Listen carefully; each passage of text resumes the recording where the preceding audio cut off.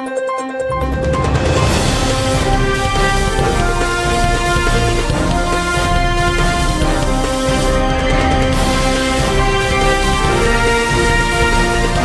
नगरी 24 तास न्यूज, रोखोक बातम्या आणि बरच काही।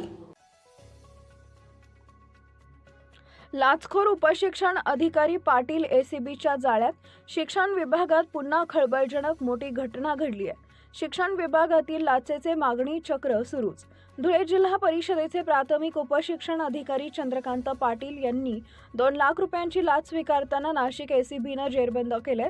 मालेगाव महानगरपालिकेच्या प्रशासन अधिकारी शिक्षण विभागाचे तत्कालीन चंद्रकांत दौलत पाटील यांनी तक्रारदार शिक्षक यांना जुनी पेन्शन योजना लागू करून जीपीएफ अकाउंट उघडून जुनी पेन्शन योजना सुरू करण्याच्या टिप्पणी प्रस्ताव तयार करून मनपा आयुक्त मालेगाव यांच्याकडे सादर करण्याच्या मोबदल्यात प्रतिशिक्षक 10,000 रुपयांची लाच मागितली होती।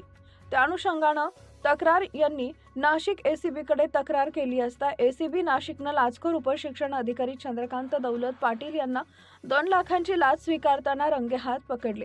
त्यांच्यावर मालेगाव इथं गुन्हा दाखल करण्यात आला। या घटनेमुळे सर्वत्र शिक्षण विभागात खळबळ उडाली आहे।